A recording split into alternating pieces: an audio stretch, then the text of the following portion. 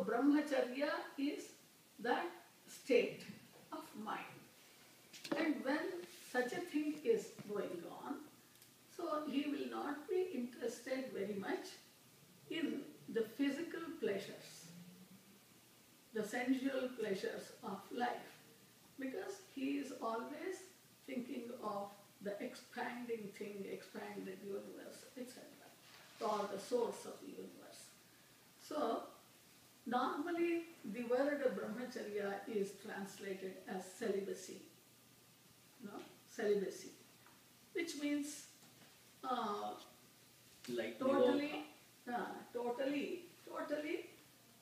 away from sex. If Patanjali was of the opinion that everybody should be celibate, for whom he is writing the Yoga Sutra. If there is no future generation after Patanjali, he shouldn't have written the Yoga Sutra. So we don't know whether Patanjali had children. There is no record. We don't know the record. We don't have any information about that. But anyway, celibacy is controlled sex. Controlled sex means Dharma Shastra gives the rules and regulations how a couple, husband and wife, should lead their sex life.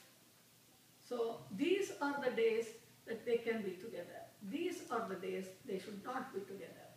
And not anywhere, everywhere, etc. or any time. No. There are very prescribed rules for even sex. So that in that way, you have consideration of sex is for progeny. Yeah, and the primary consideration is for good progeny. Pleasure is secondary. Yeah. No, not just pleasure. Nowadays what has happened is we don't want children, but we will have sex. So that is the attitude it has come now. So that is not right according to Indian thought. It is, marriage is for progeny, the future generation, and that has to be like even sex is like a sacrifice. It's like yajna. You know yajna? The word yajna? Yajna is sacrifice or offering. Sacrifice is an action done with reverence for a higher objective. Yes. Selfless offering is yajna. So that has to be in that state of mind. One has to be in the state of mind, that is in the Brahmacharya state of mind, then only he can bring good progeny. Usually we always say in all the places, have children, yogi babies. We want many yogi babies. Because that level of Brahmacharya can be considered at the level of devotion and surrender, not at the other two levels. And there is a story about Brahmacharya. So, a great sage, Vasishtha, was there. Vasishtha's wife is Arundhati, and they were so affectionate to one another, loving each other. And they were in one bank of the river. On the other bank, another sage was doing penance. So for that sage, every day Arundhati used to cross the river and take food for him and come back. And one day it happened so, there was floods in the river. So she could not cross the river. So it was just knee-deep river.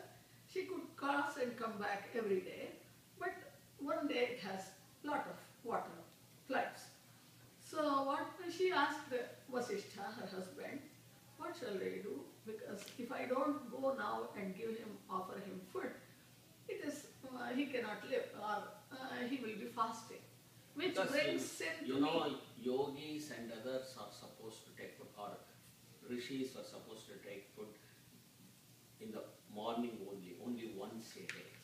So if he misses one food, if the sun starts going down, he cannot take food. So it was her imperative that she has to go. Yeah, she has to go, otherwise she will get sent. So she asked Vasishtha, what shall I do?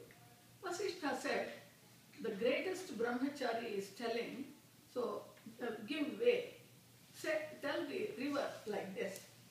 So she went and told the greatest Brahmachari is telling, please give way.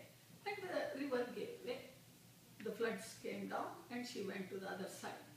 And she gave food and returned. She has to return, but again there is floods. What to do? So again she asked that sage, so what shall I do? I have to serve my husband. I have to go now. So there is floods. No, you tell the river that the fasting sage is telling, he is giving. So she said that and the river gave way.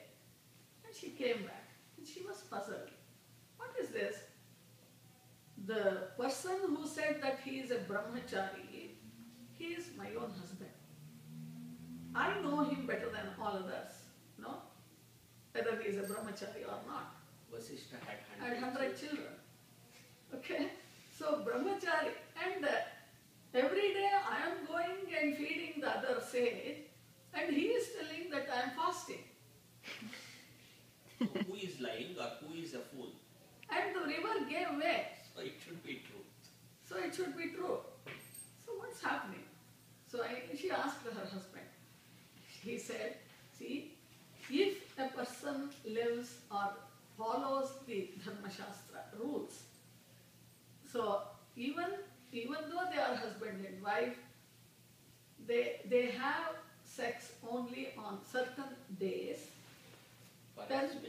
for specific purpose, then it is Brahmacharya. Basically selfless. And if we take food just to live, so there is two types, live to eat, eat to live.